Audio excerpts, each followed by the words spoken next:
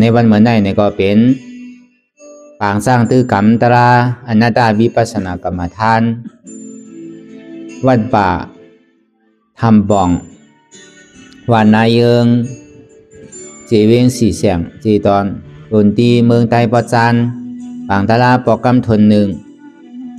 ในก็เฮาไหลอย่างเข้าสู่เส้นดังนิพพานในวันทนสองในวันเหมือนไหนเนี่ยก็เฮาดีไหลมาสับแรงลายไว้วางใสไหลมาที่ไว้สับแรงผันลองอนัตตาวิปัสสนาภาวนาอ่านยอดธรรมอนัตตานั่นอ่อนดังสุดในก็เฮานางขาไก่กุดขากวาทับต่างขาซ้ายก็ไหลอันนั้นขาซ้ายทับต่างขากวาก็ไหลมือสองขอนต่างไว้เหนือตักปยาไว้ตัวซื่อๆอีดิเก่งอย่าพิยานน่ะปยาในเหี้ยวรับหูเนื้อเปิดตัวยามปิญญารับตาเนื้อเปิดตายามปิญญาอยากตัวที่มันน้อวิญญาณธาตุใสเตียนเท่าหูนั่นอันไหล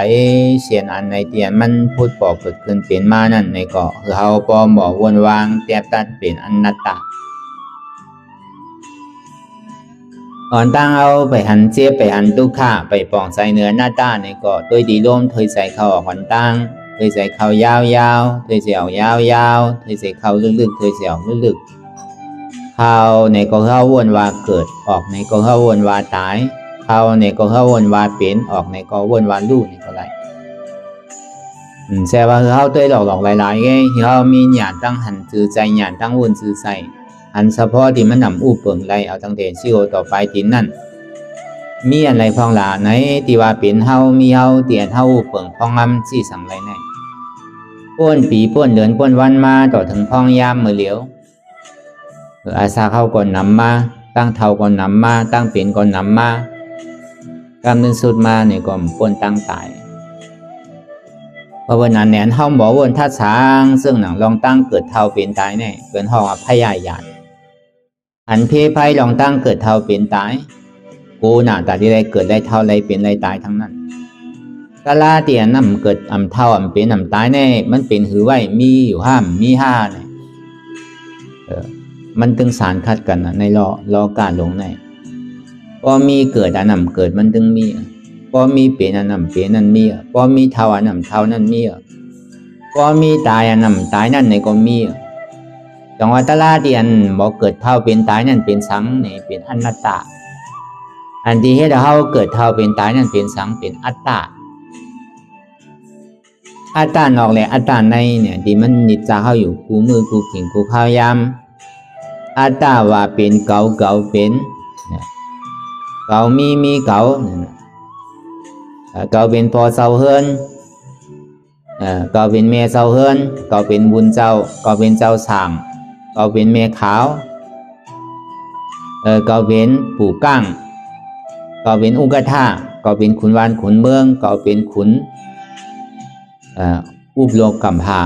เก่าเป็นขุนเอินขุนล้าวเก่าเป็นขุนพีขุนสางคนเก่าเป็นนั่นเป็นเก่าเฮ็ดเก่าเตะเก่าสร้างไว้เฮินในวานในเมืองในวัดในคำในจ้ากว่าฉะนั้นต่อถึงโลกกัมพาต่อถึงเลือนถึงลาวบนนะบนหิมกันนั่นต่อถึงเมืองผีเมืองสางบนน่ะ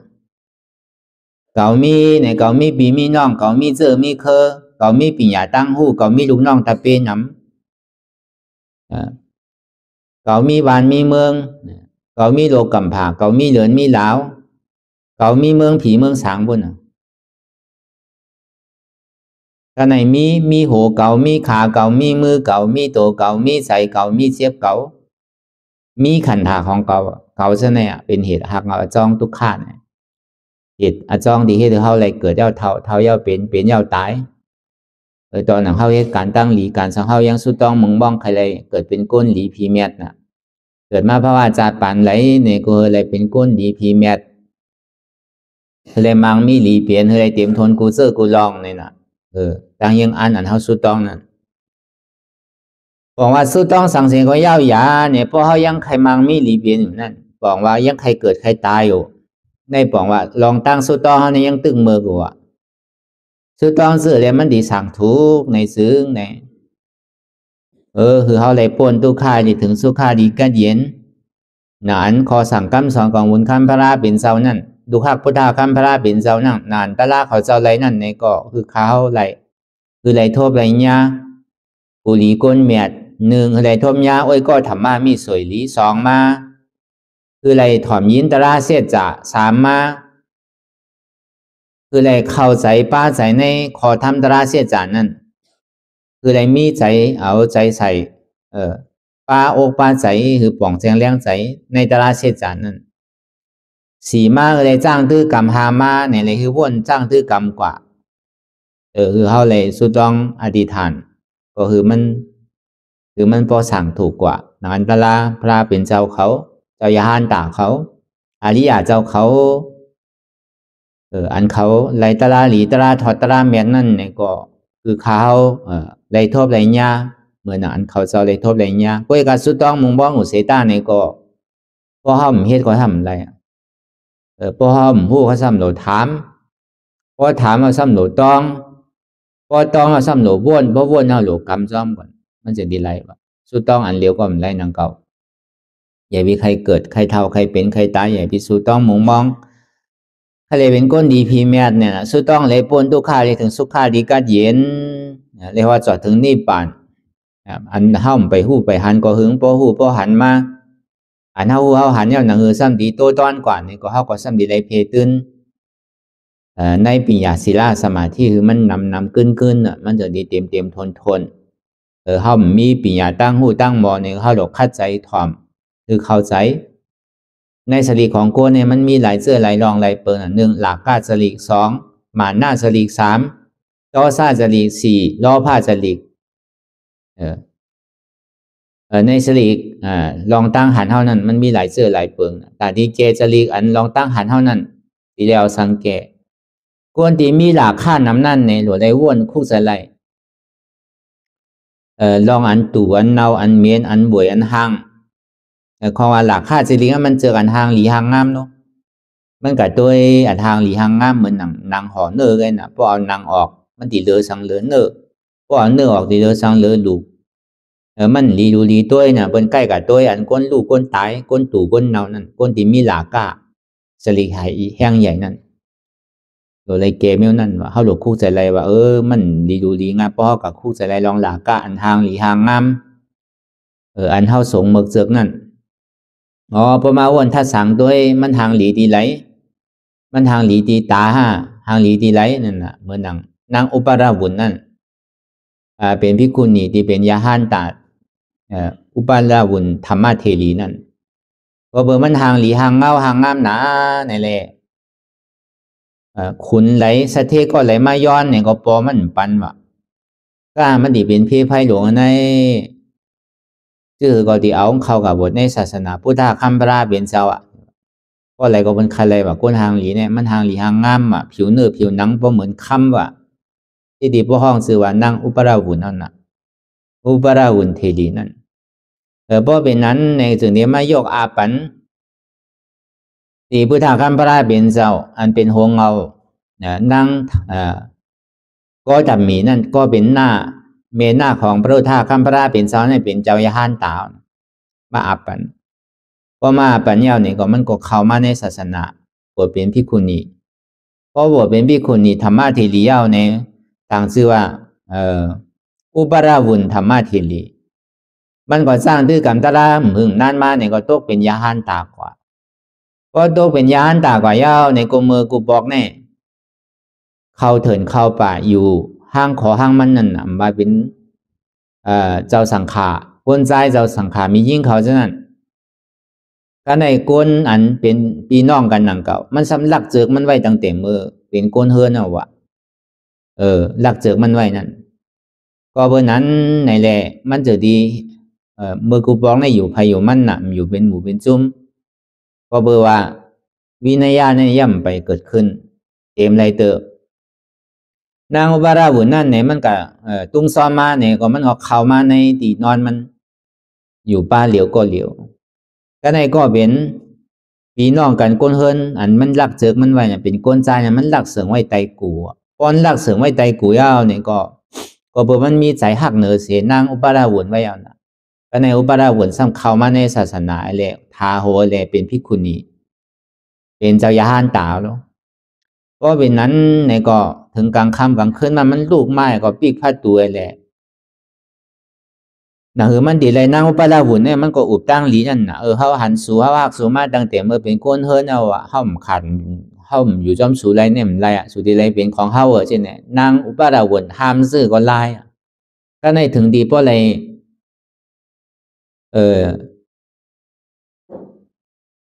เฮ็ดทางนางอุปาราบุญเอาเนี่ยพอเฮ็ดเอาเนี่ยก็มันก่อมจังเฮ็ดซื้อเอาน่ะของว่าแห้งมียิ่งมันเปียแห้งก้นใจลงพอเป็นนั้นมาเนี่ยก็มันเลยเฮ็ดทางหลีเลยกั้นจันนางอุปาราบุญยาวเนี่ยก็ถึงมันยาวกว่าเนี่ยก็ถึงที่ออกมาเอาผ่ายินเหยียบในแผ่นดินเมืองก็ดินเมืองในเยื่นอะไรอะไรโล่งกว่าอันในก้อนหนึ่งเลยตกนาลายรีบกำเดียวไอ้สองว่าพวกกาเตอร์กาทบกายาพิเตอร์อันนันตริยากรรมหาเปิงนั่นหนึ่งเอาผ่าดินพุทธคัมบราเปลี่ยนเจ้าออกเลือดสองย่าสังขารแตกเป็นสองสาม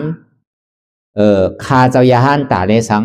กั้นจันเจ้ายาหันตานั่งยิ่งเจ้าอันนากรรมนั่งยิ่งนั่นในสังเนี่ยตึงตกนาลายกำเดียวมียามันนะว่า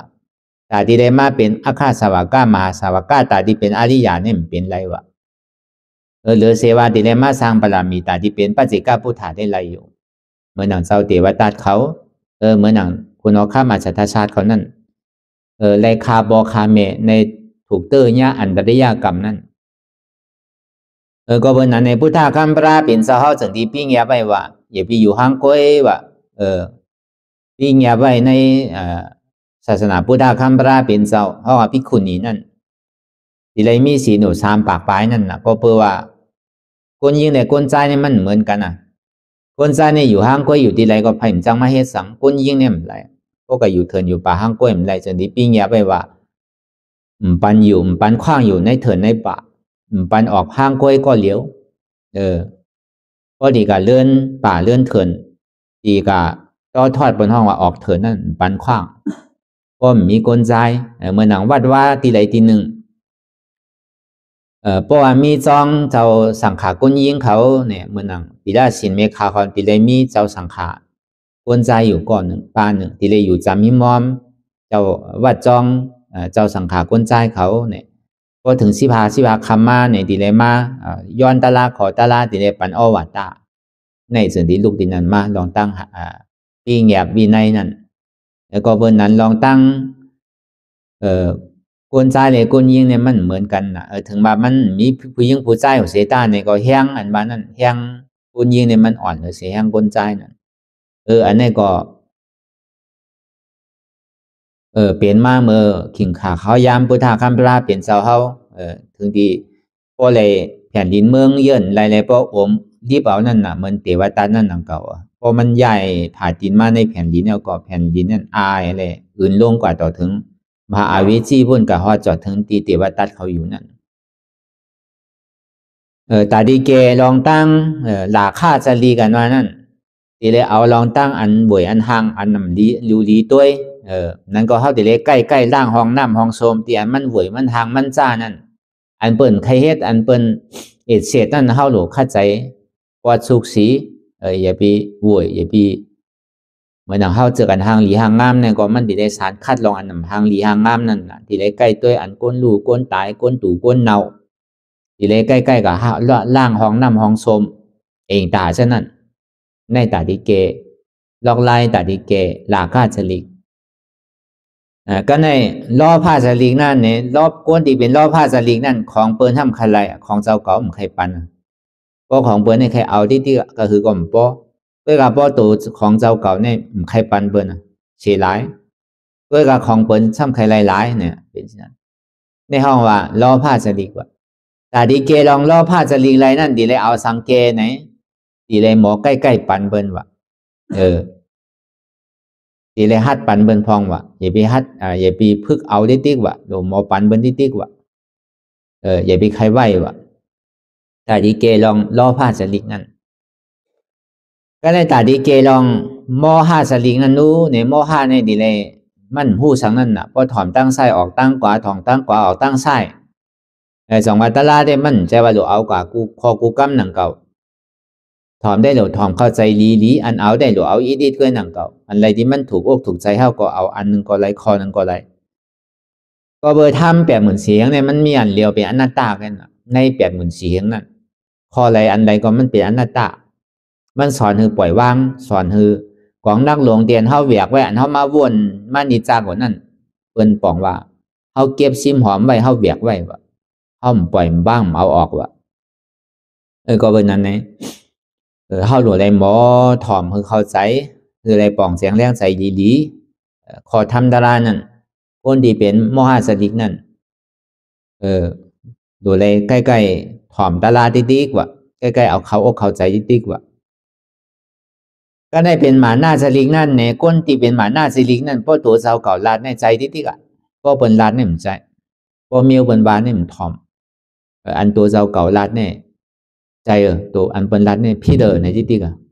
นั่นเป็นห่อเป็นหมาหน้าสลิกว่ะเพราะเป็นนั้นเนี่ยมันโดนลาดว่ะกำเนี่ยคนดีเจออุบเจอลาเจอสังในโดสติอย่าไปเป้อุบเป้ลาเป้จ่าว่ะโดมอถอมเป็นพองว่ะอย่าไปว่าอย่าไปลาดอย่าไปว่าอันนึงอันเดียวก็ว่ะโดมอถอมว่ะใครลาดก็โอ้เรานั่นน่ะเยื่อเรานั่นน่ะถอมคือถอมน้ำว่ะก็อย่าไปลาดว่ะคนที่เป็นหมาหน้าสลิงเนี่ยเขาลาดน้ำลาดกำน้ำว่ะก็ในต่อซาสลิงนั่นเนี่ยเป็นก้นขี้ใจล้ำใจกำพอหันสั่งเมียนองเมียนใจมากกว่าเป็นต่อซาใจล้ำอ่ะพอใจอ่ะนั่นเป็นห่อเป็นต่อซาจะดีกว่าเพราะอันไรมันถูกอกถูกใจมากใครใจล้ำอ่ะใครลาดอ่ะใครอุบอ่ะใครท่าใครเทิดอ่ะน้ำลีใจมันเลี้ยตั้งลาดก็มันเลี้ย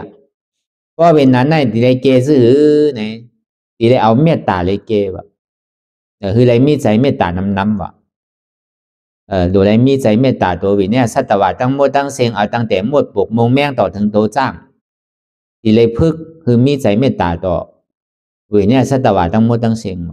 ตาที่เกจรีลองล่าข้าจรีเลสังดอผ้าจรีหมาหน้าจรีดอซาจรีจะไหนตาที่เกก่อนนั่นเพราะเขาแกเปลี่ยนเสื้อนั้นเนี่ยเหมือนหนังอันยานปียาตั้งหันตั้งวนเท่าในก็มันตีหันไรดีวนไรดีมาก็เบอร์นั้นแหละในเส้นตั้งอริยมรรคเปลี่ยนเปิงนั่นเป็นเส้นตั้งสายกลางนั่นเส้นตั้งสายกลางนั่นเป็นเส้นตั้งมัชฌิมาปฏิปทาเส้นตั้งมัชฌิมาปฏิปทานั่นเป็นเส้นตั้งปัญญาศีลสมาธิที่สมาสังกัปปะนี่เป็นปัญญาตั้งหันหมันเมียนตั้งวนหมันเมียนสมาวาจาสมากัมมันตาสมาอาชีวะนี่เป็นศีลสมาวายามะสมาสติสมาธิเนี่ยเป็นสมาธิเพราะว่าปัญญาศีลสมาธิจังว่าศีลเนี่ยมันดีเฮ็ดให้เฮาโตใส่ใจใส่แบบเหมือนน้ำอ่ะมือมันขุ่นเนี่ยมันหันสังน้ำนั่น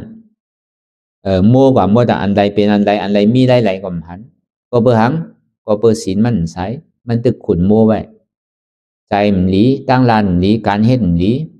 มันถึงโมขุ่นไว้จังว่าศีลเนี่ยมันเฮ็ดให้เฮาโตใส่ใจใส่เหมือนหนังน้ำใสสมาธิเนี่ยเฮ็ดให้เฮาโตนิ่มใจนิ่มว่ะอันเฮามันนั่งสมาธิเนี่ยมันป้าจริงๆอ่ะอันเฮามาหับขามศีลก็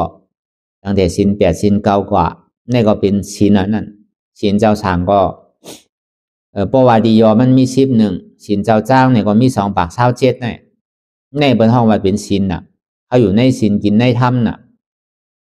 อันนี้บอกว่าเขาเป็นปู่ชินเมชินเป็นเจ้าชินเจ้าธรรมอยู่จอมปักเปิงมีในคำป่นกว่าลองตั้งมีในเมื่อหนังเป็นกอบเป็นสังเดียนให้ฮับตับไว้ลองตั้งตู้จะเลือกตั้งเสียงนั้นเนี่ยส่วนที่ห้องว่าชินใสว่าใจนิ่มอันเขามานั่งภาวนาเนี่ยมันป้าทั้ง3มันสมาธิเนี่ย1สมาวายามะเนี่ยบอกว่าอธิษฐานสมาวายามะ ตั้งคัดใจหมันเมียนว่าในข้าวตั้ง2 ชั่วโมงเป็นหือก็ยาวยาแต่สังในข้าวตั้ง11 วันในอันเฮาไหลมาขาวอธิษฐานปางตะลาอนาดาวิปัสสนากรรมฐานในบอกกำในข้าวตั้งต่อถึงวันที่1ต่อถึงวันที่11ในเป็นหือก็ยาวติ่มเพื่ออธิษฐานเฮารู้แลสังในวันหนึ่งสิปอกไหล2 ชั่วโมงแหละเพื่ออธิษฐานเฮารู้นั่นแหละสังอันเฮามันนั่งปอกไหลเลยติเกสุดมัน2 ชั่วโมงในเพื่อมันรู้ได้สังในห้องว่าสมาวายามะตั้งคัดใจหมันเมียนสมาสติเนี่ยพอเฮามานั่งยาวเนี่ยเฮามาทัดโดยอันเฮาเหตุการณ์อยู่พ่องยามเดี๋ยวนี้เฮาเหตุการณ์สังอย่าไปกลุ่มกับพงผิวกับกาวาการเป็นอย่าไปวนตั้งหลังพ้นน่ะอย่าไปวนตั้งหน้าพ้นน่ะอันทาอยู่ก็หลุดเลยหันอยู่ก็หลุดเลยหู้อันนี้เขาตุนหู้ตัวเสียเมื่อเดี๋ยวนี้เขาเหตุการณ์ดาราอันที่เขาวนอยู่พ่องยามเดี๋ยวนี้มันเป็นดารารู้มันเขาเถินเข้าป่าเขาลุกเขาน้ำกว่าเสียงเอาอันนี้สำคัญหู้ตื่นโตอยู่เสียนั่นอันนี้บอกว่าสมาสติตื่นหู้ตัวไว้เสียสมาธิตั้งมันอ่ำสันค้อนโยกย้ายค่ายหนึ่งเหมือนเขานั่งภาวนาเมื่อเดี๋ยวนี้นั่งขาไก่กุดนั่งหึงปฏิมันนั่นก็นั่งโยโย่ธรรมลาเนี่ยมันควันกว่าควันมามันเหย่งตั้งซ้ายเหย่งตั้งกว่าเจี๊ยบกว่ามันเพียงกันก็นั่งธรรมลาโยโย่นั่นมันก็เจี๊ยบภายเดียวก็ทำเจี๊ยบเต้นั่งก่อนนั่งมาก้นมาหลายก็นั่งก็นั่งขาไก่กุดแน่มันเพียงเดียวอันเจี๊ยบอันก้นขึ้นก็มันตังมันเอารู้สันควันโยกย้ายน่ะว่ากลุ่มกับควันมาเด็กก็มันดีกับมันชื่อละมันตังมันอะไรมันควันแบบนั้นน่ะเมื่อหนังเสาเมื่อหนังไม้เนี่ยเพราะมันตังมันก็ร่วมเพราะตังมันเนี่ยก็มันสื่อในห้องอาสมาธิในปองว่าตังมันใน3 ตัวนี่มันเป็นตัวสมาธิอันนี้ก็เขาก็เฮ็ดจอมมันจะว่าอันญาณปัญญาอันเดียวกันในศีลาในสมาธิเนี่ยมันเป็นเครื่องหนุนการที่เฮ็ดญาณปัญญานั่นกว่าอะไรตั้งหน้าก้อยกับผู้อันโหเต้ๆเนี่ยเป็นปัญญาสมาธิที่สมาสังกัปปะเนี่ยเป็นผู้อันโหตั้งหันหมาเมียนตั้งวนหมาเมียนนั่นเหมือนหนังเขาหอกายก็เขาโหลดด้วยตั้งอะไรเหยียบกว่าที่กันน่ะตัวเขาเนี่ยก็เหมือนกานั่นน่ะเหมือนกาที่เขาขี่เหมือนโดดที่เขาขี่นั่นน่ะอันเจี๊ยบอันแก้เนี่ยเหมือนน้ำมันมันน่ะก็มีน้ำมันกว่ามันกว่าอะไรก็น้ำมันดีกว่ากาก็ดีกาก็กว่าง่ายเพราะน้ำมันร้อนน้ำก็กว่าคือค่าอะไรขึ้นร้อยอะไรอันเจี๊ยบอันแก้เนี่ยก็เหมือนน้ำมันน่ะใจเขาเนี่ยเหมือนก้นหอมันหรอเหมือนก้นหอมันสมาธิที่สมาสังกัปปะเป็นก้อนตัวเลยเป็นก้อนทิ้งสไตล์มันทิ้งพงมาลัยมันเพราะว่าถึงตีกึดก็กึดถึงตีเหยียบก็เหยียบนั่นน่ะพอกับดีกันน่ะเหมือนเขาลูกตีลูกตีตั้งไหลมาเลยสังเนี่ยลูกเมืองล่างมาตีมาว่าถึงทำป่องเขาก็คาดใจเขาตีมาถึงทำป่องเขาตีมกึดใช่กึดกว่าในวันเหมือนในเขาตีคือถึงเลยสังใช่ไหมเหมือนเขาลูกตีวันหมากมงสูงตีมาดีทำป่องเนี่ยก็เหมือนนั่นดังเก่าอ้อมไปถึงทำก็ห้อมไปกึดตีไรเขาตีมาถึงดีทำเนี่ยอันนี้นะก็ใน3มาเนี่ยเหมือนเขาลูกตีเมืองศาสตร์ลูกตะกี้เล็กมาเนี่ยก็ยังงานเขามีดีทำป่องวันหน้าเยิงเนี่ยป้อมไปถึงทำป่องวันหน้าเยิงเดี๋ยวไปกึดไปลือไปนอนดีไรเมื่อไรได้ถึงก็ยาวกว่าไปถึงได้เลยก็ยังงานเต้ๆได้ก็มันมีดีทำป่องวันหน้าเยิงเนี่ยก็เมื่อนั้นดังเก่าอันเท่าหอกาอันเท่าขับการนั่นก็มาโกนเอามันมีหลองต่างยังงานเนาะเนี่ยพระเป็นเจ้าแตกไว้ซื่อเนี่ยคือไว้ใจเมื่อหนังก้นหอล่อโววะมียอนิซอมนาซีกันล่านั่นน่ะอย่าไปเอาโววาอย่าไปเอาหมักล่ออย่าไปเอาตัวมันวาวะเพราะหมักล่อกินซ้ำคนโวเดี๋ยวกว่าอะไรก็หูเดี๋ยวใส่โววาก็มันแรงใครกึดใครลือใครกินอยู่ที่ก็มีเมื่อนั่นเหตุปอกมีเมื่อป้อเหตุปอกป้อเอาใจโววาต่อมาอย่าไปเอาใจโววาที่ได้เอาก้นหอมันวาวะก้นหอมันเนี่ยมันทิ้งเสือไว้ยับค้อนไว้เนาะพอมันหาดีขึ้นก็เบิ่มมือเดียวข้าวตั้งเนี่ยมันพวกปั่นกินเยอะกินยาเลี้ยวน่ะพวกปั่นกินน้ำเลี้ยวน่ะมันหู้อยู่เลี้ยวน่ะโวเนี่ยลูกตีในดีกว่าที่ไรมันดีถึงอยู่ป้อมใจเอาใจมันว่ามันใครกึดกินน้ำพอปั่นกินอยู่ที่ใครกึดกินเยอะยาปั่นกินอยู่ที่เนี่ยก็มันถึงฮิปปอกยังงานของเขานั่นจองว่าการนั้นเขาเฮ็ดสั่งเสียก็ยาว เฮาหลวมมีอธิษฐานเฮาหลวมมีดอกคอยคอเยี่ยงานน่ะก็มีอธิษฐานมีคอยเยี่ยงานนี่ก็เพิ่นเฮาว่ามันมีเป้าหมายนั่นน่ะแค่ยังก็ป้าใจนั่นก็ถามมันติทบติญาติออกมันเป็นไรนั่นอันนี้ก็เป็นข้อหนึ่งจองว่าสมาธิที่สมาสังกัปปะเนี่ยมันเป็นตัวอันดับรองอันใหญ่ๆที่เตะก็เปิดมันเป็นอจองสุขะหรืออโจสุขะมันเป็นมรรคเสจาเลยเป็นนิโรธาเสจามิสาที่มิสาสังกัปปะเนี่ยมันเป็นอจองทุกขะหรืออโจทุกขะมันเป็นตัวสมุทัยเสจาเลยเป็นทุกขะเสจาพอที่มายอเก็บเตะมันมีสี่ตัวกันนะตั้งหันพิษเลยตั้งวนพิษมันต้องมีจอมตัวเอาไว้อยู่เฉย